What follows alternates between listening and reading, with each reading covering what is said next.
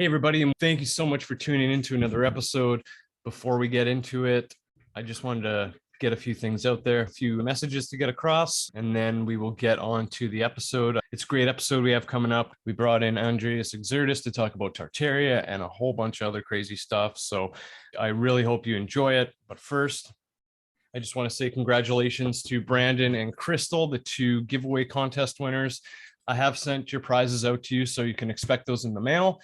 Everyone keep your eyes peeled because we will be doing more giveaways coming up in the near future. I promise you that. So make sure to pay attention for that. Congratulations to the Tinfoil Hat crew, Sam Tripoli, Johnny, XG, Ryan, Eddie Bravo, all those guys. It's awesome that you guys hit 500 episodes. I'm so happy that I got to celebrate it with you guys.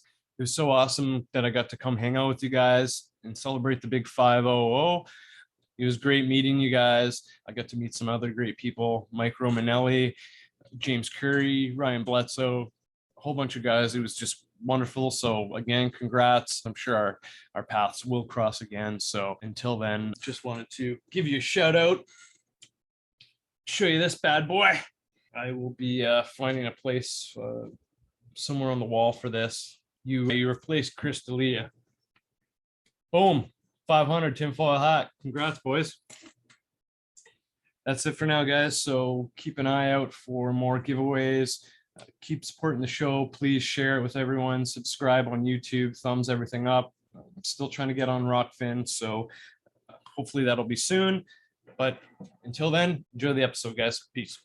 Sorry, 1 second. Just got to plug my computer in. It's going to die.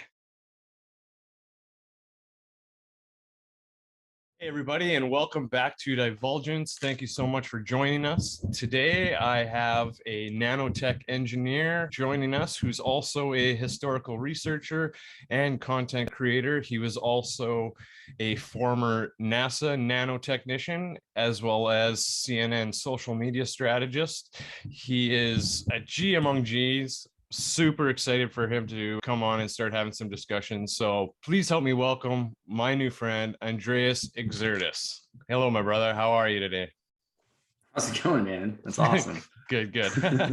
Thanks so much for coming on, man. Like we've been waiting to do this for a little while, and I've been super excited. And I was like, sorry, it's been such a while because we were talking about this for a minute. No, I'm glad we got to do it. Yeah, no, I'm super excited. Do not apologize. Same, man. I'm super excited to have like people that are interested in talking about the things I'm interested in. It's like, clearly it's a niche, and there's a lot of people that are like, I get to work in like media and do like really cool things all the time. Where do you, if you don't mind me asking, where do you live, Andreas? I live in Maryland right now. Okay. Like Baltimore, Maryland?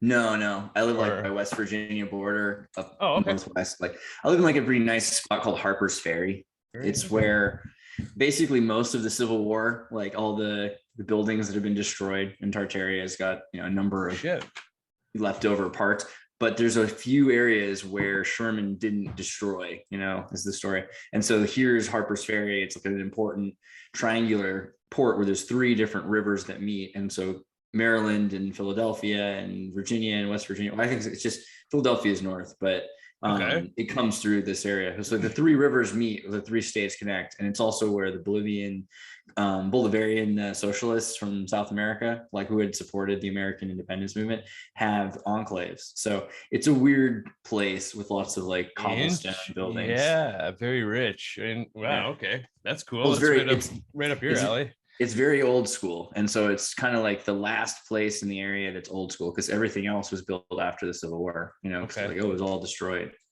Yeah. So it was like rebuild, right? Yeah, totally. The rebuilds. Interesting. Cool, man. Clearly it's a niche, and there's a lot of people that are like, I get to work in like media and do like really cool things all the time, but like I don't think everyone's interested in the history and like Tartaria is like such a crazy field because there's very important people around the world, like Alex Soros and David Rothschild. They're all about talking about Tartaria and thinking, like Alexander Drugin and people in the Soviet hemisphere of the earth. They're still thinking in ways like about Russo-China and how it's connected to ancient history. So for me, it's important because I want to connect with the plans, and I want to understand the plans about the reset. And, when you see like, what's the context behind things happening at Bilderberg meetings or like the Davos Convention, all of it has to do with the history of the world. And we know that education is a lie. It's a system of lies that we're taught. I think Eddie Bravo brought that up a lot already. Oh, for sure. But we're all finding that there's a lot of truth in any lie. Someone's hiding a truth. And as you know, I know that sounds like a crazy backstory, but I was a kid who did digital stuff and 3D printing and worked in atomic force microscopes in Santa Cruz, California, and Silicon Valley. I ended up in Hollywood. I did social media stuff, and I found that there's a narrative in fake news that you can find out from what really happened, but also that fake news exists for generations. So there's a lot of history that's fake history now. And all you have to do is look at the newspapers from the 1890s, and you can see like this is a cover up for something. But if you have the context, if you have the education, you can kind of break it down. So that's kind of what, led to creating the Tartary Nova, and that's where, I've started working more and more on researching information on Tartaria. Yeah, I know, that's cool. It's so awesome that you're so into the subject. And obviously that's one of the reasons I wanted to get you on, because just this core subject of Tartaria, just the idea and the concept of it, it just blows my mind. When I first heard you talking about it, I was like, what is this? Like, and then a few minutes in, I was sucked in. I was like, oh my God. And then you started making, I don't want to give stuff away. Just connections that you've unraveled and you've been able to make, and just the research you've done, you've been able to lay it out in a way that, it there's something there, man. And it's interesting. So I know it's a niche thing, like you said, and I'm still not super knowledgeable in it, but I'm very interested in it. I'm not an expert on it by any means, but I would love to be. So a lot of times when people ask like, what is, you said like earlier, what is Tartaria? I think there's like levels to it, because there are people that take things to, any degree, but at the same time, there's a lens. I think Tartaria is a lens. It's a way of seeing things for a new generation. A lot of the time we're seeing history, we're saying, oh, we're the apex, everything before us was less. That's not a very good way to look at things. If you notice how there were bigger, stronger hominids, for instance, we've seen their bodies. There's also things that have changed in genetics, right? Morphology has replaced species, taxidermists who would find, ungulates, which is, what's an ungulate? It's got like hooves, but then so do whales are ungulates, but they don't have hooves. Like, so it's not a real definition.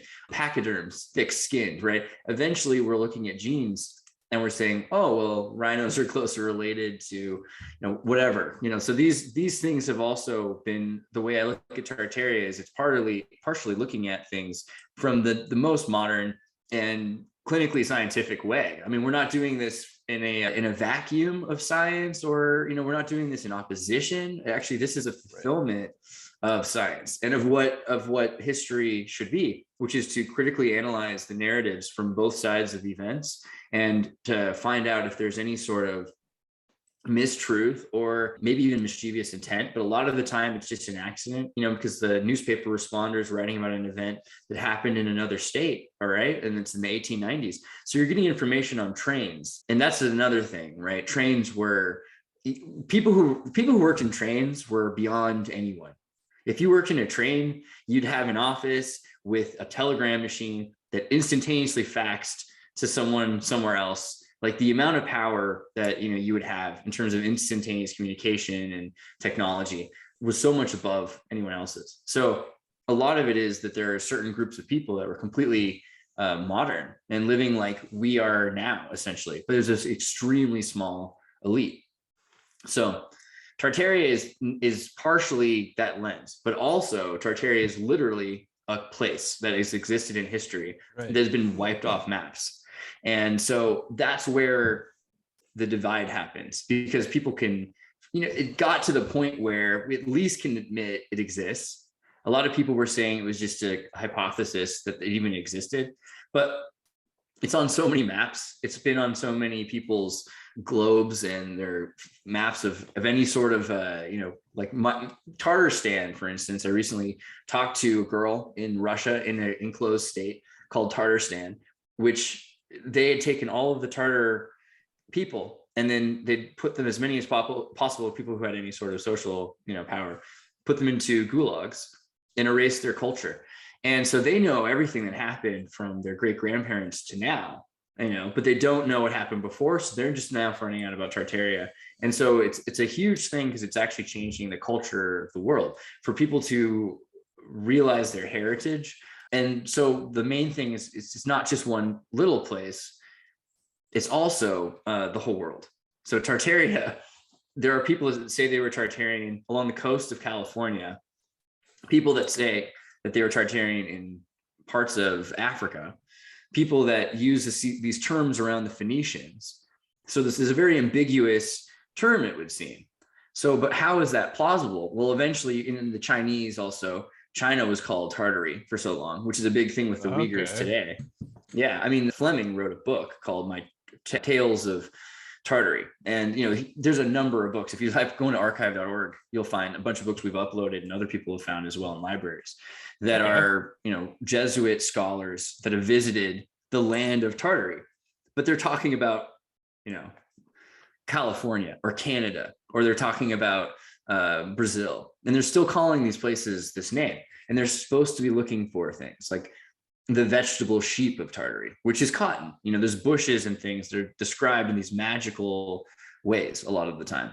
But then there's a really practical thing to this, that there literally are just things that are beyond the understanding of people. It's the kingdom of heaven is like a mustard seed. So you got the vegetable sheep of Tartary, but there really are like fantastic things. If you think about how crazy it is around the world, and the rainforest, the kinds of 2,000 different kinds of potatoes in Malaysia, plants that will literally devour you.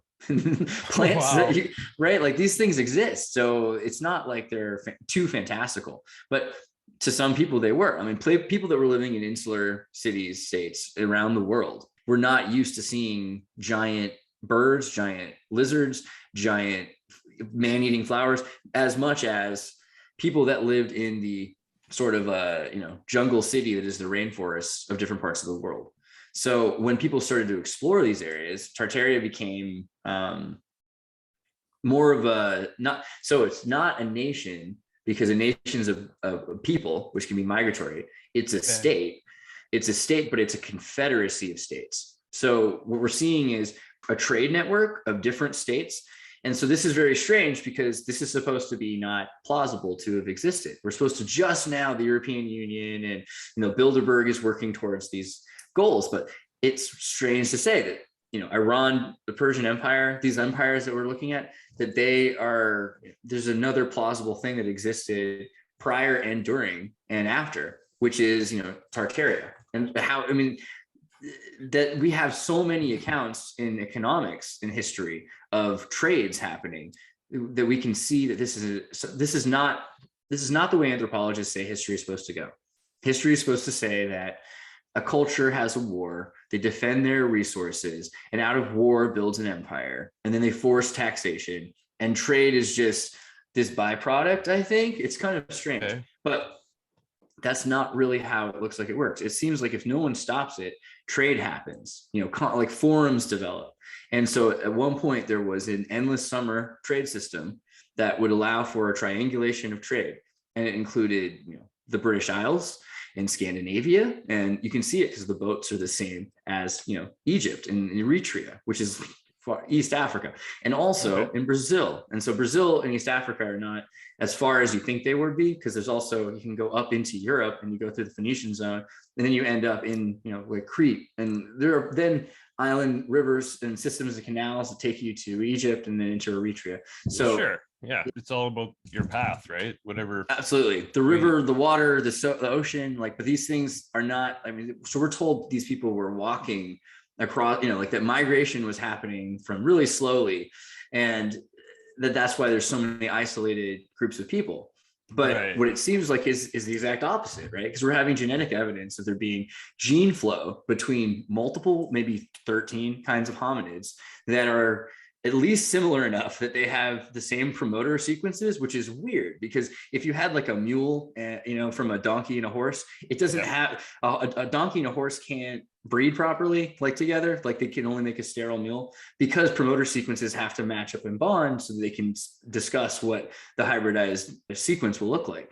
But humans can do that. So humans, and I mean all the hominids, can do that interrelatedly. We have Denisovan hominids, so we have Neanderthal, Australopithecus, Fioriensis. I mean, like the Neanderthal of Homo sapien is like what defines that we are the same species, which is a very interesting thing because up until the 1890s, that was a less popular thing to say. Actually, so Madame Blavatsky, she kind of introduced this theory at the same time that she was on a boat simultaneously to Darwin. And so Darwin ends up probably getting his theories, you'd think, from Blavatsky or from Edmonston. So Edmonston was then an African, a Brazilian Guianan, I think, actually, who had lived in England, and he was a taxidermist and a morphologist and evolutionist. They were just John Edmonston set up basically what we think of as evolution today. But there's this idea that it's all random. Like, oh, we're just now getting to the point where transhumanism will let you pick your genes. Like, wait, isn't that what women do? Because like you already are working together to consciously evolve. So there really is something that's being missed about controlled lifetimes of choices, changing a species. That's all stuff that's happening. But that's also something that shows like why were there giant humans and why were there small humans and how come they could interrelate, but they were also separated from each other. But then we also have simultaneous occurrences of them in different places. And it looks like the elite of these places who had the most money and were royal families have the most in exchange. Then you have other people that tended those areas. Maybe it might have been nomadic, and that allowed for them to have a trade network that was an endless summer. Because like if they went to winter, then something from the north would be brought. Yeah. And without that, the entire society would collapse because in the winter they would have no food, right? So this is how you could build up a giant population, sustain it by feeding billions of people a day, and then it could just one night you can't feed anybody, and if everybody goes hungry and everybody dies. So you could easily wipe out a people with just a reset. Wow, just setting those strings up to pull if you need to, right? That's freaking wild, man. That's unbelievable. Right. So do you think, I mean, not to throw you off track, but I mean, just thinking of that concept, do you think when it comes to Tartaria as a physical place and not Canada or Brazil or other places that may have been labeled that, but the real Tartaria, so to speak, would the people have been wiped out that way? No. Or so the thing is, so the name Tartaria, like Phoenicians, like Phoenicia, there's no place called Phoenicia, and the people didn't go by I'm a Phoenician. This is like it's like being a post label. So Tartaria is similar to this. Like we're using terms like, oh yeah, the Tartarians, oh yeah, the Tartars, oh yeah. And so you got people that eventually, it's like the Mongolians to the Moguls. There are people that have referred to themselves as Tars, Tarkans, and then the Tartars and the Tatars, So at a certain point, you can see the progression of the name of the term, but it refers to a much older concept. And it is that it probably refers to father, we think, or trade, or, something to do with trade. But the all the other thing is, area has to do with nobility, right? So you like the noble trade or the noble roots, something like that. Sure. But it had a lot more to do with the entire society. The other thing is these people had technology. We've seen examples of that. Some people take it to extremes, but the technology we've seen is pretty serious. It looks like steampunk technology. But look at Indonesia. And this is a place where, there were giant volcanoes, and the Dutch East Indies Company kind of just tells the story of what happened because they were the only witnesses, right? Because everyone else died in this volcanic blast. But the Dutch East Indies Company comes out of the Spanish armadas, which were originally controlled by the Dutch, because the Spanish, the Spanish owned it, but the Dutch were running it. And then the Dutch were, before they were, Spanish, they were, Spanish in a Cordoba Caliphate Muslim kind of way. So they were already associated with Arabs, like tulips and turbans, the same word. And they're connected, like hashish and things, like the connections to Amsterdam. Yeah, the Dutch were originally redhead Muslims. And that's one thing you'll start to see a lot. You see like redheads Chileans talk about redheads being the noble people, these giants with the red heads. Red hair is seems to be connected a lot of the time. Genghis Khan and Muhammad with the red turban is supposed to represent red hair. Another reason why they have destroyed the symbolism, because Islam was Tartarian, and it wasn't the same Islam that it is today. In fact, that's if you go to my channel at some point, you see the Tartarstan. I think it's called Tales from Tartarstan.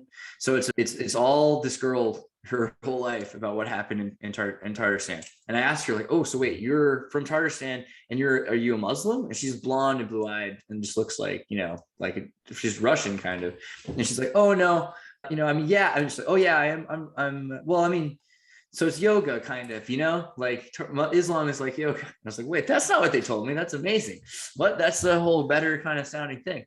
And all of their buildings, they're these crazy, like Bilbao can't even, like the Guggenheim can't, these are just star-shaped, flower-shaped, bright-colored, like any of the most beautiful kinds of Arabic art that we've seen. It's these crazy fractal patterns, because you can't draw God unless you're drawing math. Well, that seems to it comes from them. The Tartars had all these crazy math patterns, and all the buildings are made out of these giant resonant math patterns. And most of the European buildings, like these cathedrals in Spain, they were mosques before. In a lot of Europe, they were. But what they did with them, they had different kinds of technology that would heal you. And it seems like for the most part, it was the organ sonic systems that played certain kinds of resonant sounds that would heal you. And it seemed, everyone talks about music that's good for you, but right. When you actually look at what's going on right now with medicine, we use sonication all the time. We're using sonication to destroy tumors. We're using kidney stones, that kind of stuff, right? Yeah, but you're also using sonication for, like mind control, like binaural entrainment, meditation, people that are doing hypnosis to stop smoking, and then microwaves, and in terms of Wi-Fi and things like that. These are all tied to the same kinds of ideas. Even if you can't hear ultrasonic sounds, everything is essentially similar to a sound. It's like a touch thing. It's like a wave. And so waves are the thing that's holding us together. And you've heard so many stories from so many people, I hope, about the pyramids, having the power to control resonance. Yes. This is where that starts to get into this idea that Tartarians were holding together like a resonance that was wiped out. Like the other thing about Tartaria is we were saying, like, we like to think about what's coming in the future. So right now, right, like the Davos Convention, the World Economic Forum, they talked about geoengineering by using different kinds of, Bill Gates been popularizing this on Facebook, this idea of putting into the atmosphere contrail chemicals, vapors on purpose, right? So that you would have aluminum dioxide and different kinds of sulfur that would, over Africa, dim the sun a bit so that it wouldn't be too hot in certain places. Which is, it seems like it's obviously kind of crazy, but to some people that might make sense.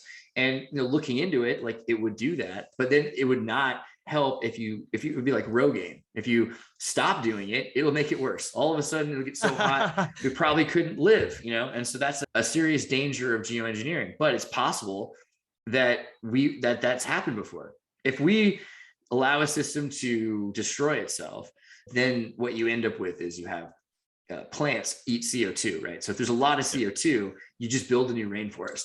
So that's the end result. Plants will go for the CO2 and we'll start over. And you look at places like Malaysia, where, they literally have abandoned black bells that are like made out of stone, that it looks like Naboo from Star Wars Episode 1 or something.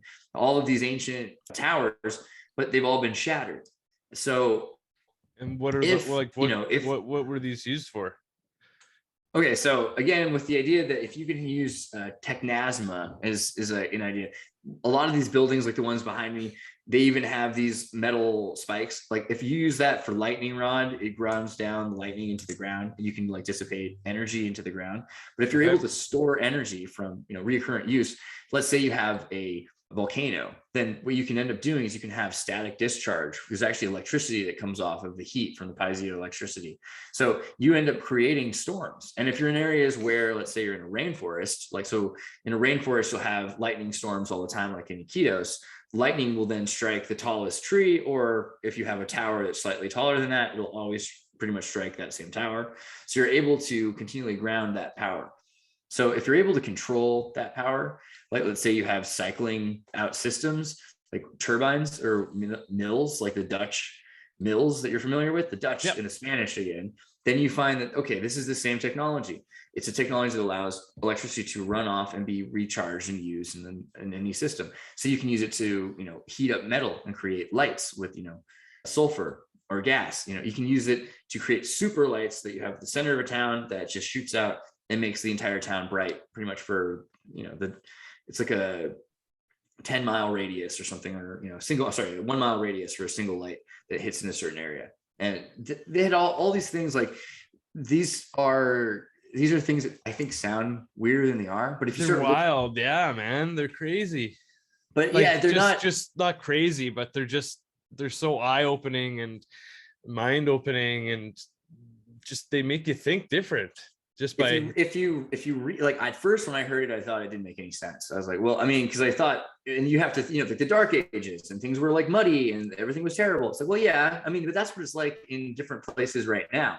There are places but there are rich people of all times, and so if you've got a guy who understands the water wheel, so where does it come from? So you follow the Dutch turbine that was stolen during the 80-year war, and there was an iconoclastic period where they pulled out all the electronics because they were gold and metal and rhodium and things out of the Dutch cathedrals. And these are then all of a sudden you see, they're stripping the turbines. And so these mills that had like virgin magnets that were spinning, they stripped them out. So from there, you're like, okay, well, where did the design come from? Well, it came from Cordoba. So I went to Cordoba, and that's a place in Spain where they say they had, and I got there and I'm asking them, like, what was it like? Like, oh, it was crazy here. They say they had street lights in the 800s. I'm like, are you kidding me? Like, no, that's like their local thing. And they're like, yeah, they ran off water wheels. And like, but where did they get this idea? It's like, well, because this was part of the caliphate. It goes all the way to across Arabia. So they had bazaars. So they were selling books, and Maimonides, and all these other people were exchanging different kinds of libraries of books. And one of the books was, from the Library of Alexandria. It's like, oh, really? Okay, yeah. So in the Library of Alexandria, what was going on with that? It's like, well, then the same stories. You have these books that like were taxable. If people came into the city, they'd have to give a book. It was like, to get your trade empire going, you'd come to Alexandria, you'd bring a book. And I think it was like 3 books, and you have to give them that, and they would actually, I think, copy it and give you a copy of it back. Okay. They kept the original, and they also kept a copy. So is that for purposes of both gaining knowledge and building a library, or is it what's the purpose behind that? Or basically it was to make Alexandria the most literate and to monopolize information at a certain point. They're saying we're going for their people or for their area. Okay, wow, that's a cool concept too. Yeah, the Library of Alexandria. The Library of Alexandria was trying to save a lot of scattered works, right? And there's a parable of the Babylon here, right? The Babylon tower is shattered and everyone is disconnected and they can't communicate anymore. And so then there's a resurgence of people that's trying to reset. They're trying to build society back up, and they're trying to stabilize and harmonize and create what is an empire, right? Out of what used to be held together civil confederacy, a confederation of states and of nations. So resource bound locations and peoples that move from those places. So that was basically what the Arabian Spain is described as already. And you're wondering, wait, you're talking about the Library of Alexandria, it's like thousands of years ago. And you're talking about Spain in the 1400s, right? That's not, it's really like 1492, 1491, like when they start going full Aragon. Before that, it's a pretty Muslim place. So but those are like 1,000 years apart, right? You'd think. But then there's the calendar issue. And so looking into calendars, like you find out that the Russians didn't start using the Gregorian calendar until the 30s. There's the Julian calendar. There's the misuse of the Gregorian calendar by the Napoleonic calendar, which they made it into a 10-day calendar. And winter was in summer, and they just completely destroyed everything. Eventually, like George Washington changed his birthday. They had to move 11 years. Sorry, I think it's 11 days from the 1780s in order to fix a seasonal problem that happened with the weather. And so this there's a big problem with they're the calendar. They're manipulating time, like openly right. manipulating time. But the thing is, like, why did they have to do that? And then they didn't really, you find out because the Jesuits had to change the calendar. And they had to change the calendar because the Jesuits were excommunicated from the Catholic Church. All of them were kicked out of the Catholic Church, which is like, also, you don't hear about that very much because they're still in charge of the Catholic Church pretty much, right? I mean, you have a Jesuit pope. So how did this go down? Well, the Jesuits went, they took over the world quietly for decades. We don't know how long, like the Matrix. And as they say, like 40 years, but it could be longer. And then, they ended up back in the church through, the Maristas and the Franciscans, and they took over, and then they killed the Pope, or he died mysteriously. And then they put him on trial, and after he was already offed. Yeah, well, I'm sorry. They killed this Pope, but then they dug up the other Pope that had excommunicated them. And then they put the dead body of that Pope on trial. And then that Pope couldn't defend himself very well. And so they excommunicated him and pulled his soul from heaven out and put it in hell, according to the church. This is a papal decree. Yeah. But because of that, they just burned all of his books. So they don't have to, like, how it's like we had a prohibition and then we don't have a prohibition, but the Constitution shows that we did have, they just deleted it. There's just anything that happened, the years themselves are basically gone, And so these are the kinds of things that I started saying, wait a second. So the Catholic Church disappeared these years because the Jesuits were kicked out. Why were the Jesuits kicked out again? Well, because there was a king in Portugal, who had been trying to defend his port system, and they tried to have him assassinated, and his whole family, just like, so you start seeing, like, who are these families and why is it so important to them? Well, they say they're from the Livonian Confederacy, and, like the St. Petersburg connection to who supported the Jesuits, by the way, when they were kicked out of the world, because that's the other thing.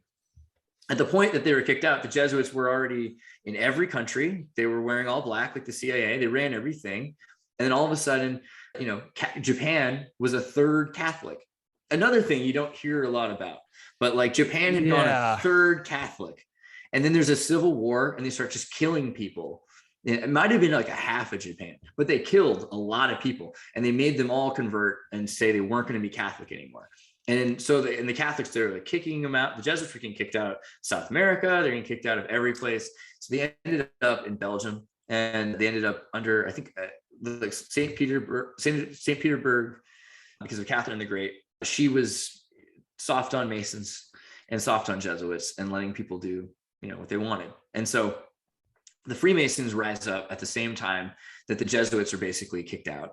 So there's a connection there. And then the Freemasons start taking boats and they start going places. And you look at Canada or Turtle Island, and you have the same thing in the spreading of the same group of missionaries. And the Jesuits are, they're the ones saying, okay, well, I got up to Montreal and it's Tartary, like they call it, like Tales of, I think is the one where they get to Canada and they describe it completely as Tartary. But they're saying, like, all of these old aqueduct systems in the French Canada and the stonework systems that are supposed to be super old, like these systems are built by, this older empire. But there are examples where they've been blasted up and they've been rebuilt. But there's a lot of systems that are like completely taken over. And then there's areas that are like completely old growth, but are they? Because like, it seems like what happened is maybe like a few hundred years ago or 600 years ago, they planted trees over areas in certain places as well. So we're finding that, like the Canada has also got plenty of stories of being part of a hyper civilized, the Scythians and the Tartarians would have connected back and forth. And we see it from, Labrador to Greenland, that there was along the coast, I think it's called Disco Land is a place that is a old settlement. And then there are maps of Greenland and of Labrador that show these towers.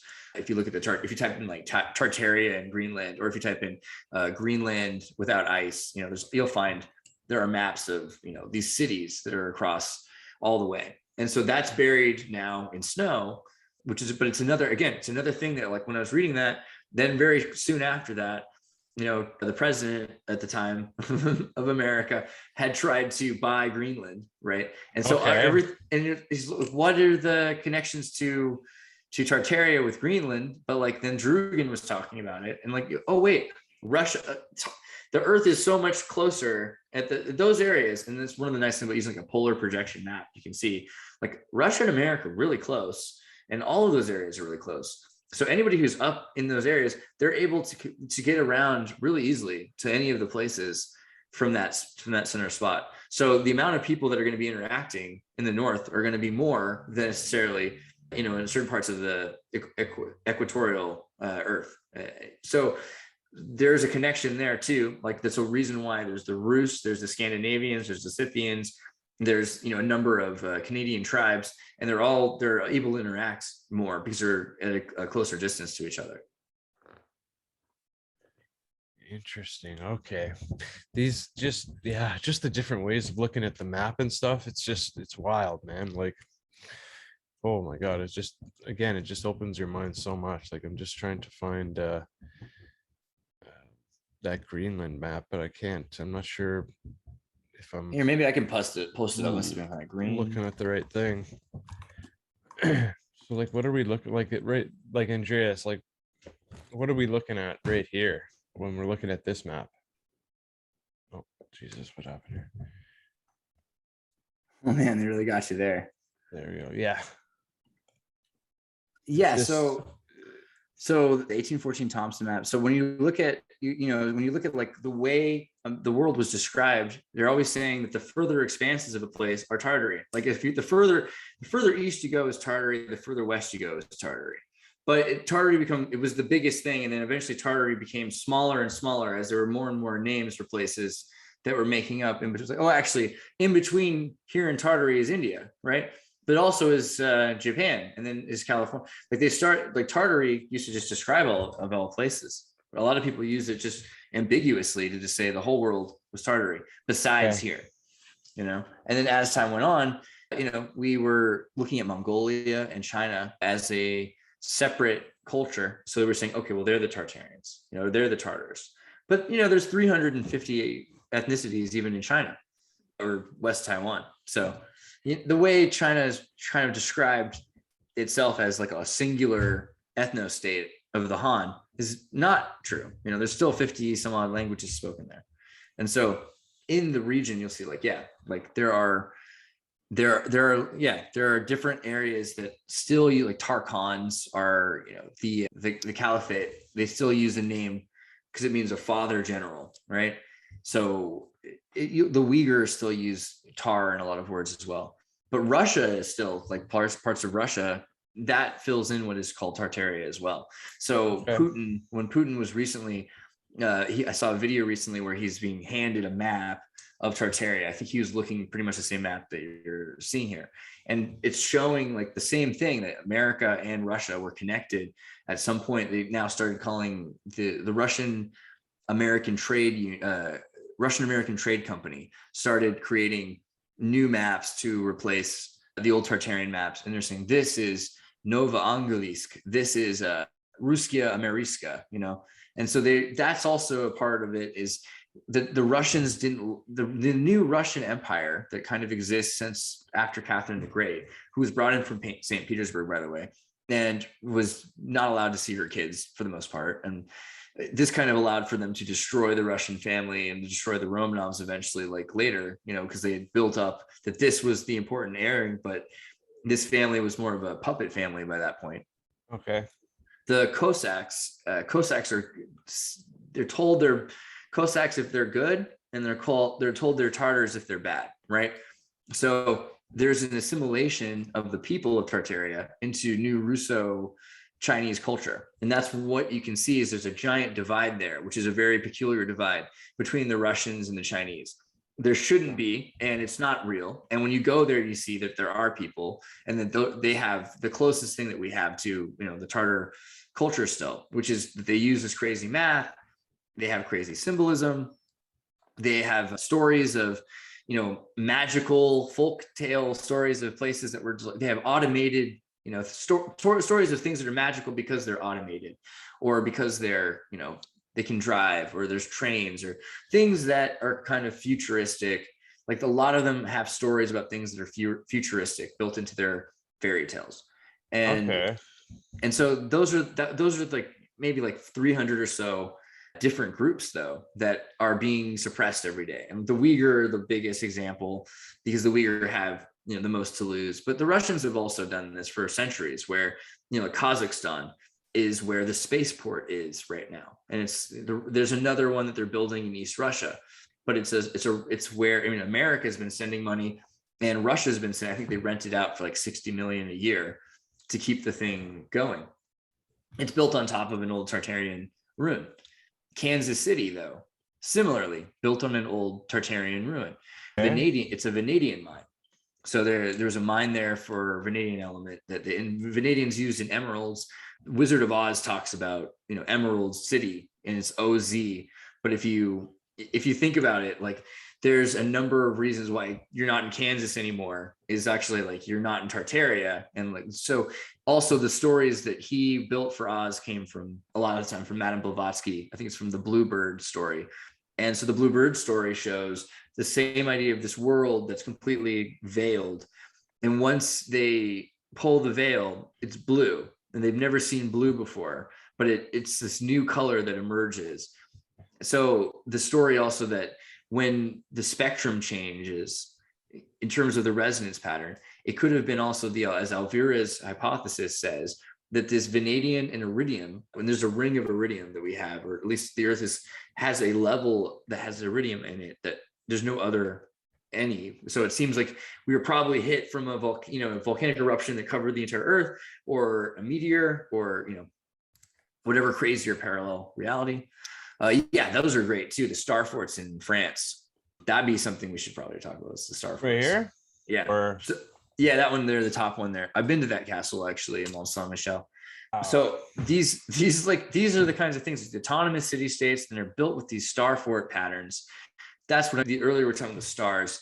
These stars, we're told that they're bastion forts and they're designed to defend from all angles. But what's interesting is they're in these places, like he's in the middle of a river, you know what I mean? Like these things blast out water, and they do it from different angles in such a way that it not just defends the building, but it also keeps up a certain flow.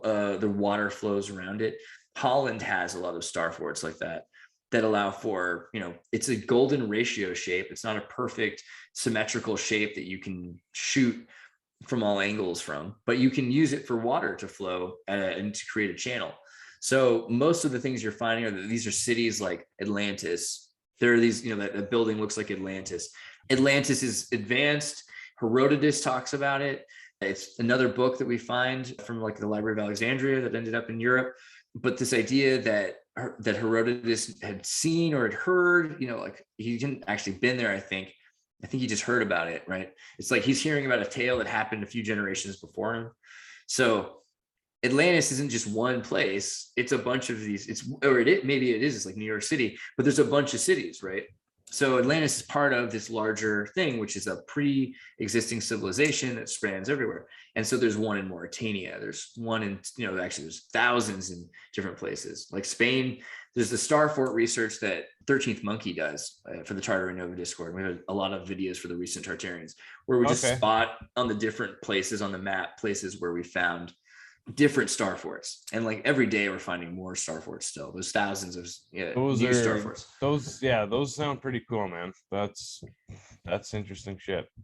Yeah, I mean, star forts are not, they're not like, I mean, so like they're not let me try to say it differently. Star forts are everywhere. Like they're in Hawaii, they're in Peru, but like what happened to star forts, they've been turned into bases, or they're, you know, military conquest. So in, you know, a lot of cases you go to Taipei or you go to Lima and a military has taken over a star fort. And so some of them still work, but a lot of them have been just abandoned. So you can go to, you know, places just walking on a mountain sometimes and you'll find them still. And it's just, it's weird because the narrative is that they're built in the 15th century by neoclassical architecture designers from Italy. But then they're brought to build them in Spain and Russia and Hawaii, you know, so eventually you have to kind of admit they're not really built by just one group, and they're built definitely not just in the 15th century, because we're finding them that are thousands of years old. I mean, to the point that they've collapsed virtually, but we have, remnants of where they're at. So, Google Maps has also shown that over the years, they've been destroyed more and more. Like in the last 20 years, they've taken out so many of the abandoned ones. But you go to Holland, you'll still see giant city states in the shapes of these snowflakes. And, that's what kind of leads you to find where Tartaria is. It's not just in one place, it's in every place. Interesting. That's crazy. So there's so much. This topic has so much, man. I was like, I'm worried. I can go so many directions. I was like, there's so much to it. That's why it's good that we did this. That we're doing this to take the time to just. There's so many fucking layers upon layers, and there's different subsections within the layers, and it's like an onion cross cutting an onion, like a log, but more like like a leaf in a pond, making a drop in a pond with the ripples, and it's just like, fuck, there's man, definitely nowhere to go. There's definitely like a thing where you have to analyze things from so many angles that it does feel like you're investigating like a crime novel, because you've got people saying this happened. Like, well, wait a second. So like, for instance, the Civil War. You've got all these stories about, the Civil War. They came in, Sherman just destroyed everything. He came in and just destroyed every town. And he had his soldiers actually take the train tracks, melt them and tie them around trees, right? And make it impossible, and do it to like so much of in these pictures of it. It's not so much that you're seeing that, there's maybe a few, but mostly it's just the trains are all messed up. Like it looks like there was an earthquake.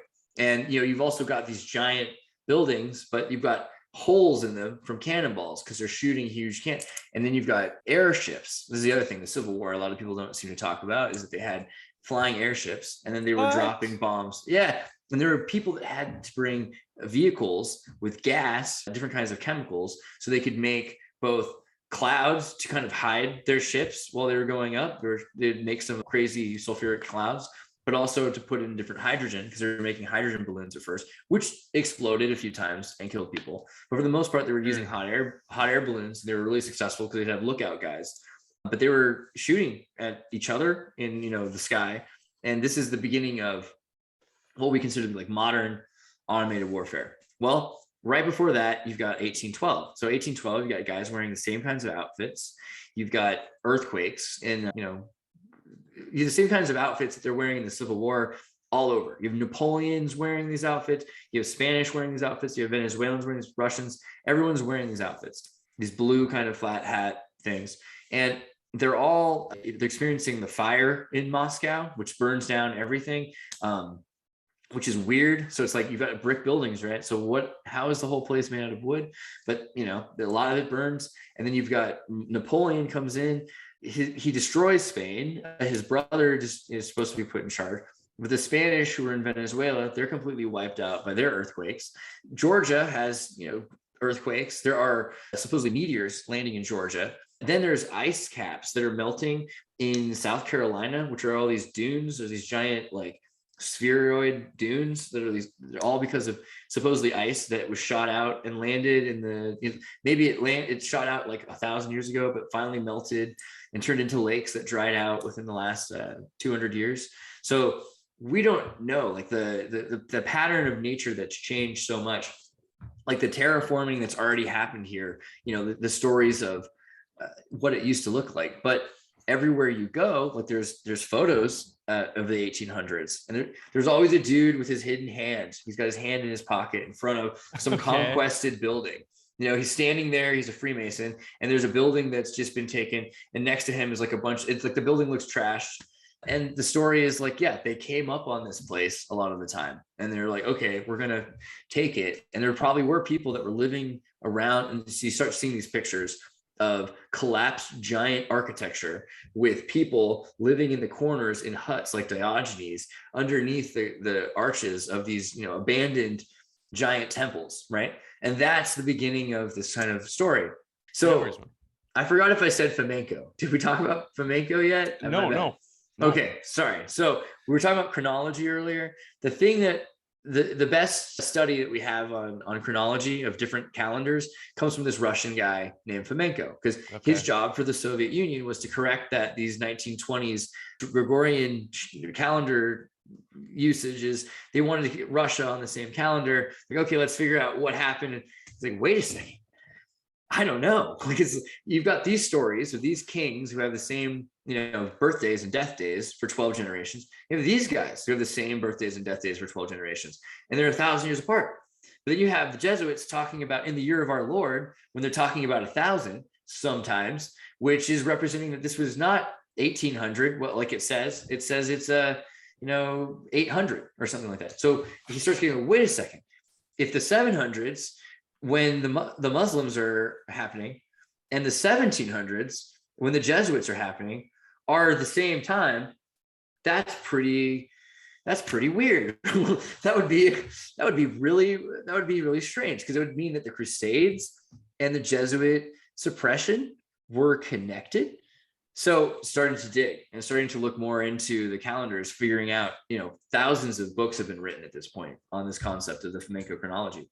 But it shows basically that there was a point when society was collapsed, and we have a multitude of new stories to divide us from that point. So Jesus was 1,000 years ago. It doesn't really matter to you so much if Jesus 2,000 years ago. But if Jesus was like 100 years ago, or 50 years ago, 30 years ago, and all of a sudden it was 1,030 years ago, then it's like it's distance. So creating false distance in the narrative, creating these long timelines that are not really what happened. And that more recently, there was probably in the last 1,000 years, a super civilization that was mystical in certain ways. It looks like it was beautiful from all of the architecture we've seen and the pictures and the things that people write about. I'm sure there were bad places, but it seemed like it was pretty livable, like for our standards, and kind of similar to today, maybe even better in certain ways. Now, it didn't have some of the iPhone stuff we have, but that steampunk stuff seems pretty sweet. And it seems like we did have technology close enough to the iPhone. Like, we had pantelegraph machines, which could send a picture from one to the other.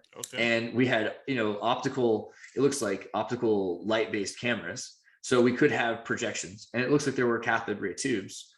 That's like the be all end all of a light bulb and a television. So there could have been a lot more. When you start looking at Metropolis and movies about that time, there were technologies pretty similar to what we have right now, and for that and wireless video to exist. So if it could literally have been like that. Now that could be, exaggerative, but like, it's built on what we have. We do know about the camera obscura, the pantelegraph, and then some of the earlier patents in the 1800s of people like Bell. So Bell's first patent isn't his telegram machine. It's this optical light camera. So clearly he had this idea and he knew what it was, but he couldn't work it perfectly, or it was too complicated for the general public or something, or it wasn't necessarily a demand yet or something. But that technology wasn't invented later. It was invented first, or at least it was founded and discovered. So, and that goes back to this idea of like, taking patents by being the first one to translate one out of a book. You don't have to have invented it. You could just be the first one to have grabbed it out of a book from another country and design this watch by copying another watch. And you say, oh, I invented it. So right, it's a pretty weird time. And so Fomenko was the guy saying, okay, if this is happening and we're literally living only 1,000 years after, what we consider to be the Crusades, what we consider to be Jesus, being the same time, this is a major control of the narrative, right? And at the same time, you started seeing, I think, maybe like 10 years later, the CIA have espionage documents about Tartaria in the 1960s. And it's like, okay, so when the CIA get involved, wow, you kind of wonder something going on there. You kind of wonder like, what the hell is going on? So that's interesting. Okay, so they're putting out, and then they're saying, so like they're going to start talking about Tartaria, or they're going to start manipulating the information about the Tartars in order to facilitate a anti-Soviet and a pro-Tartar movement, right? Sure. And so, yeah, and this is in the 60s. So, you've already got Brezhnev and Khrushchev transitioning the Soviet Union after Stalin into this thaw, right? Like when the Soviet Union is trying to be the most international and peaceful place because it wants to eventually sort of socially put everyone into a social trade network, right? And it's going to include Europe, the European Union of the Soviet states, but eventually also Africa. And why not America? Because if America and Canada and Mexico can get along, then the Americas could easily be a trade union. So they were figuring out ways that they could get to this point that's not that different from what we're talking about, this idea of a confederated trade union of states with social beliefs and human rights declarations and things like that. Yeah. It's coming back up. It's this, we're resurging on this renaissance of Tartaria, right? And that's, when Fomenko started to kind of freak out. He's like, well, if this is happening, what's going to happen to the Soviet Union?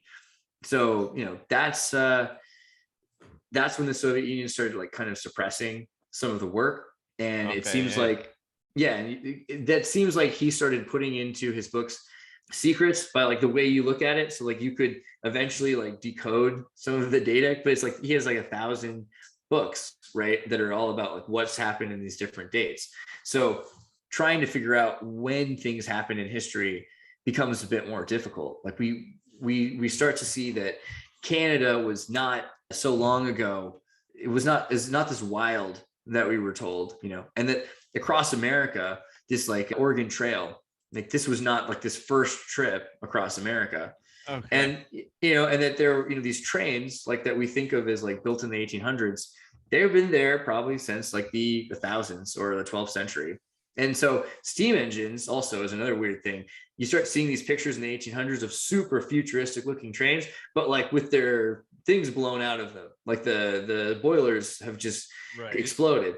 And it's because they didn't know how to use them properly, right? Because if you had electro heat, if you are using a different source of steam, it's a lot easier to run an electric steam train than it is a coal powered train.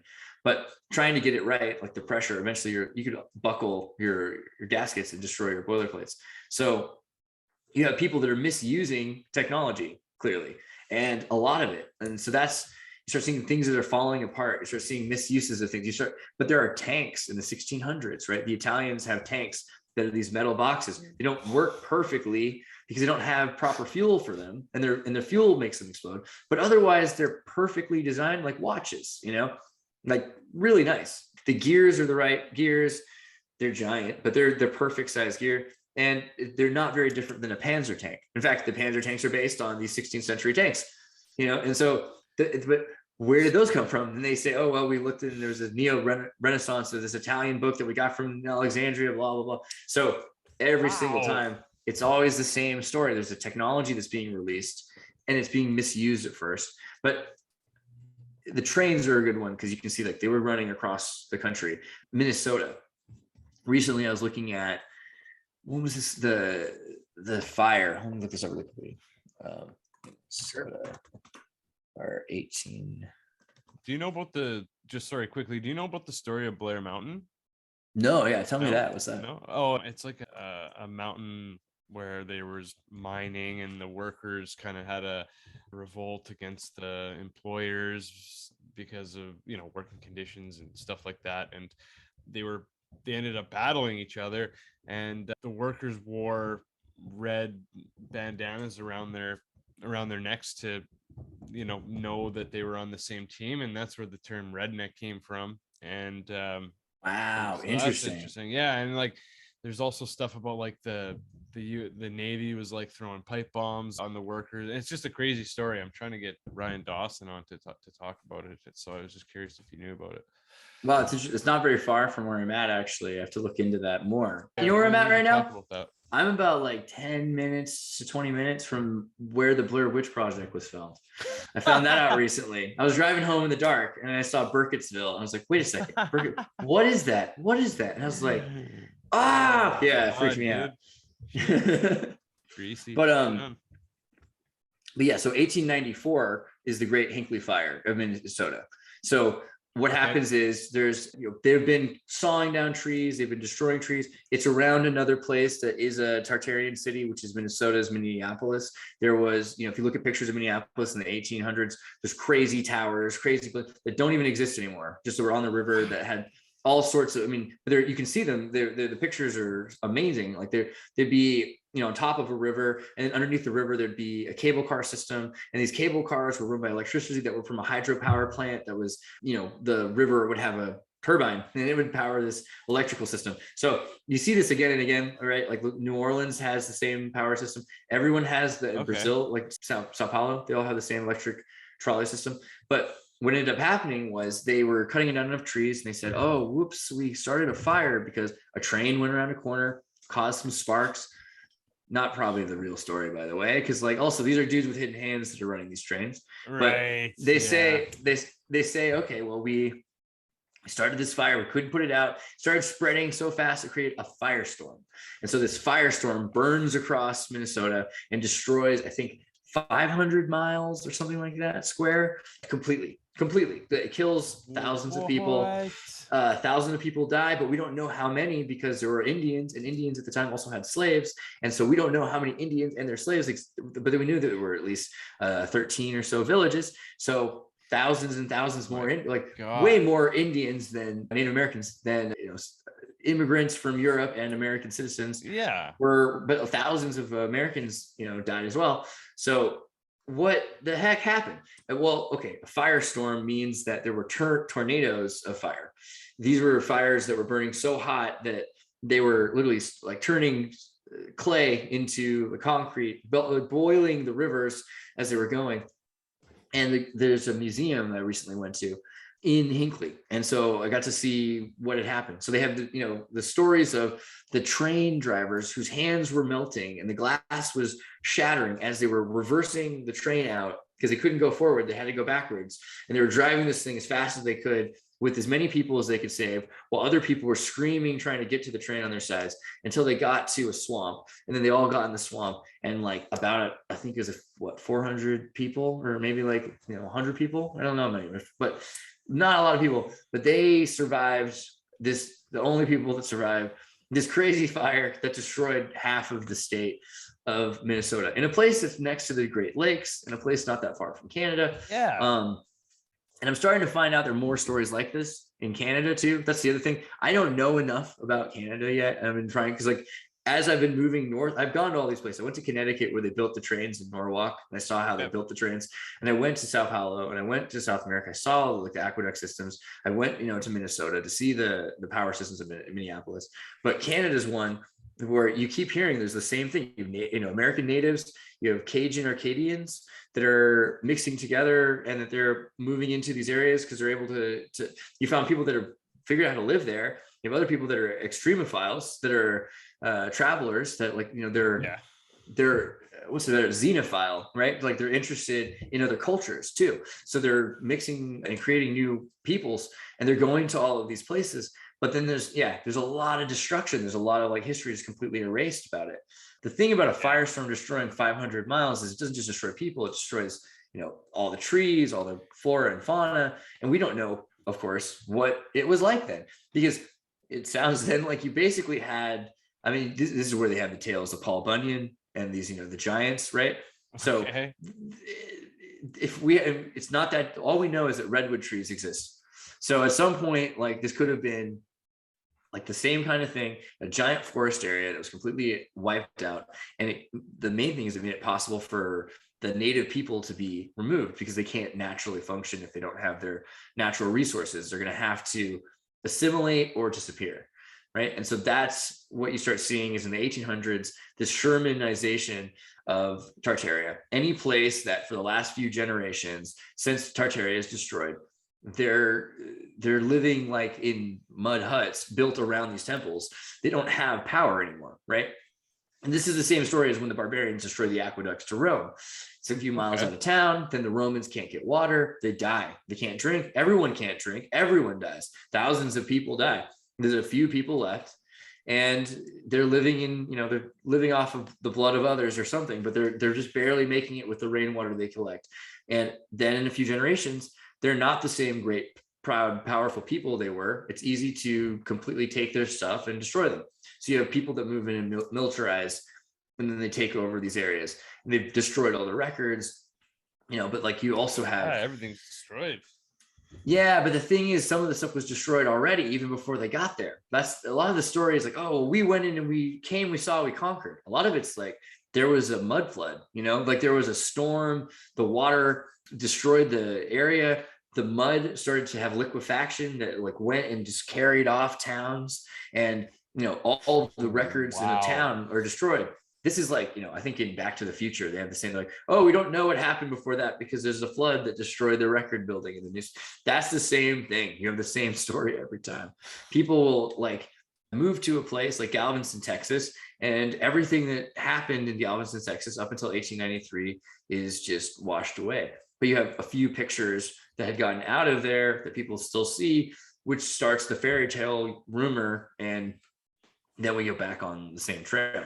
Minneapolis has got a completely different look today, except you can still see the center of it is there's a river that's running through it that has this ancient, giant pyramid-sized stone arch that has parts of it are still there, but then most of it's been blasted because at one point there was a flour museum and it exploded. Okay. So flour has gluten in it. I didn't really know that if you went to the flour museum, it would be that exciting, but you find that when you electrocute flour, it makes this giant explosion. So what they're doing is they're growing wheat and they're using the wheat to create TNT, dynamite. And this was being used in war times. And at a certain point, there's an electrostatic spark from, the flour spinning on these stone wheels. There's a static electricity spark, and it explodes and it completely destroys the entire town. And that's the end of old Minnesota. And so we don't have, right, eh? Holy. Yeah. I mean, it's pretty bad because like that was, like, but there are stones from it that were blasted like miles, like cannonballs, and it hit other buildings and everyone basically died. And so these sorts of accidents completely change the face of the world. And so we can't go to these places and see them the same way that we used to. But when you go to places like Chicago, you go to places like Indiana, you go to places like Montreal, there are places where there are buildings still that is like, it's a generational kind of building. History, yeah. There's a certain kind of brick building that's, got the design to have power come down. There's a place to have a generator that can spin and that it will be able to discharge that electricity. And there are, there's usually a mud flood scenario. Not always, but there are some times which it's like, whoa, this building's been buried, not just built into the ground. It's at this weird incline, and you can see where there were doors originally on the lower floor. Yeah, but like it makes sense. Like a certain amount of mud will appear after a storm, and so in Peru, this the other reason that I was at first, I feel like if you hear mud flood, that sounds crazy. But if you live in a place like Peru, where there literally are every year mud floods that carry off, they carry off towns, they carry off bridges, they carry off buses, houses, and sometimes entire streets will go. They're called huaicos. And so huaico it means, I think in Peruvian, like a gangster or or at least it's used like that. But it also, I think, comes from an Arabic term that refers to like a flood of mud. And so, yeah, they have a mud flood that just, like every year people will be buried alive and they won't be able to save their houses, and you won't be able to get water. This is like a major problem right now. So imagine that happening without infrastructure, 1,000 years ago or 100 years ago. Every time along the way, there would be a reset. Well, the funny thing is you can predict if there's a natural pattern there. You can kind of predict when this happens, because it seems like certain storms repeat themselves every couple hundred years. So California, about 200 years ago, had a major storm that there are photos of people in the 1800s, I think there are photos, but of people that are canoeing down the Sacramento Street because there's high enough water levels that it's like Katrina, New Orleans. So that's predicted by certain meteorologists and by ecologists to repeat soon. And so that's another thing, is that Davos and these forums are talking about is we're about to come back around this point where we have epic floods in certain places, and there are feedback loops to the fact that we have dams in certain other places. So the water is going other places. this is going to lead to certain places actually being flooded, entire suburban neighborhoods and cities, and then other places the water dissipating, and then it revealing the city from "Oh brother, where art thou?" that's been disappeared.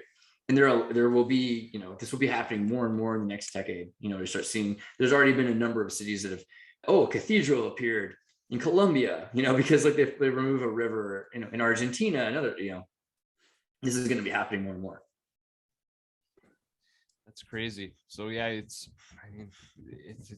tough because when the changes are based on such a long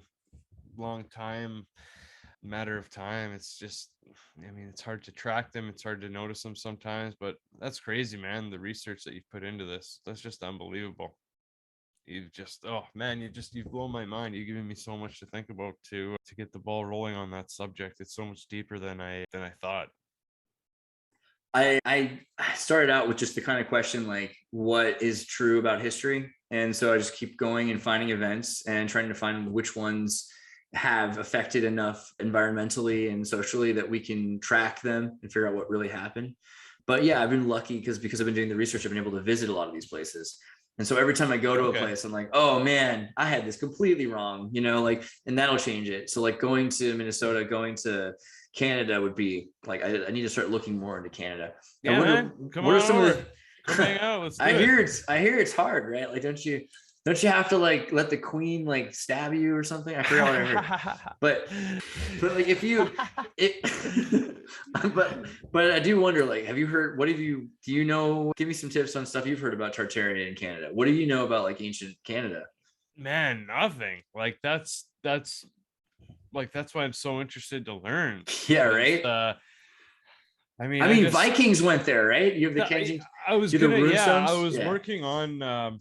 I was trying to work on an episode about like Norsemen and Vikings and their roots to Canada and Ontario and stuff, but it just got put on the back burner, so I haven't gotten to it. But yeah, we can if you want to tag team something like that, we can put something together. I'd totally be down for something like that. I'd be super excited to do that. But, I definitely think Canada's got, if you think about it, the other thing was leading to Canada. So I've been getting closer and closer. So once I got into North, I think it's called Alexandria, Minnesota, that there's the Kensington runestone. And so yeah, okay.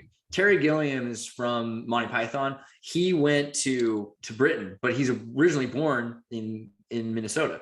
So he's from Alexandria. And so Alexandria, I was like, wait, there's a runestone here? What's the story? And so everyone said it was fake and it was just made up. And I believed them. And then I went there and I saw it and I felt like an idiot. It was totally real. And it seemed like the only excuse for saying it wasn't, it was racism. They're like, oh, well, we don't want to say that there were Scandinavian people here, blah, blah, blah, blah, blah. But like everything about this is real. They've used lasers, 3D scanners to check the dates and everything.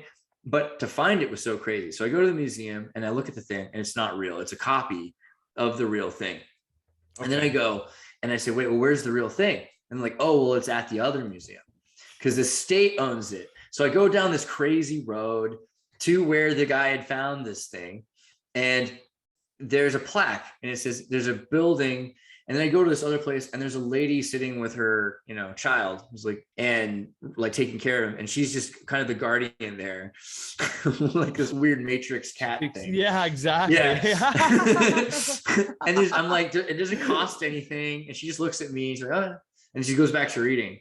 And like, she's just there like a guard kind of, I guess. Yeah. And I go in and there's this friggin' runestone and it's ancient and it's like, and it has all these Scandinavian letters. At the time we had a guy we were working with who was, able to read a lot of these Norse runes because he lives in Denmark and he's like liturgically studied. And so he said, it says that in the perfect context too, that came across following the path, from Labrador through the Canada Canal into the lake system, which I think there's a disconnect now. I forget how it works, but there was, according to the old maps, and Jean Cartier, right? I think it's the Norman who went to, he's a cartographer, right? Cartier. So I don't know if that name is real, by the way. This is all how history works. But Jean Cartier says he exists. but he goes to Canada. And so they follow the canal, and the canal had connected. And because of the way that the dams and feedback loops and beavers, I guess, had created this pattern, they got themselves further and further inland until they got to Minnesota. And then all of a sudden, dudes tried to kill them. And they were like, we backed off. So they left, and that's the story of that runestone. But there are at least 13 other runestones along the way, all the way to Labrador. So, that's one of the things we'd have to study. That's crazy, man. Yeah, no, that's cool. That's interesting stuff. I mean, if you ever want to come to Toronto, come on down and hang out. There's a lot of cool stuff in the area. There's in Peterborough, there's these petroglyphs. I'll send you some information on that. They're like Aboriginal markings in the stones, and they're beautiful. They're so cool. And then I just did an episode on Camp X. It's like a secret agent training camp for World War II, which is just like 30 minutes away. But we could also, if you want, because I'm from Thunder Bay, we can hook up in Thunder Bay, and then Duluth is like 3.5 hours away, and then Minneapolis is just stones. Wow, it's a trip, there, man. Yeah, so that's a trip. See what I mean? There's so much interesting. There's a movie called The Swimmer where a guy, Burt Lancaster, has to swim pool to pool to pool across the suburban neighborhood. I feel like that's what I'm doing with these Tartarian ruins, man. Okay, well, look them up. Maybe we can knock some off the list. That'd be kind of cool. Rad. Thank you for having me, man. This has been a really great talk. I appreciate putting this together. Thanks so much for coming on. I hope that because I know I went all over the place, and that's good. No, now we got a starting point, man, and it was a pleasure to meet you. So we can go deeper into any one of the subjects. I think so. If I feel like it always, as soon as I start to get to the end of the point, then I'm thinking like, oh wait, I have to explain this other thing to explain. No, that's cool, man. That's cool. So, and just one other point, I'm putting together a panel, kind of a big panel episode to release for the JFK anniversary. Are you into talking about JFK kind of stuff? Wow. At all? Sure. Okay, I'll send you. I'll include you in on the email, and I think I'm gonna try to put a big group together. Oswald talked for 19 minutes in the court trial, or they talked to him about for 19 minutes Discordia, and Eris, the goddess of chaos, because of his association with that religion. I definitely have a few things to think about. Okay, all right. Okay, cool. Yeah, no, I want to bring on, I have an interesting list of people, so I'll only have the weirdest shit to talk about. And yeah, no, about that's all the sweet, man. That's good. That's cool. All right, brother. Cool. Well, thanks again for your time. It was a pleasure to meet you, and we'll talk soon, okay? Yeah, dude. I look forward to Thunder Bay. That's fucking amazing. Yeah, no, awesome, dude. Brother. Honestly, let me know. That's crazy. We'll figure out what traveling's like in the next few months, and I probably just have to stay for 14 days or something secretly inside and pretend to be inside. Right? We'll figure it out, man. Yeah, I'm totally down with that. Talk to you later, man. Peace. Later, dude. Be safe. You too.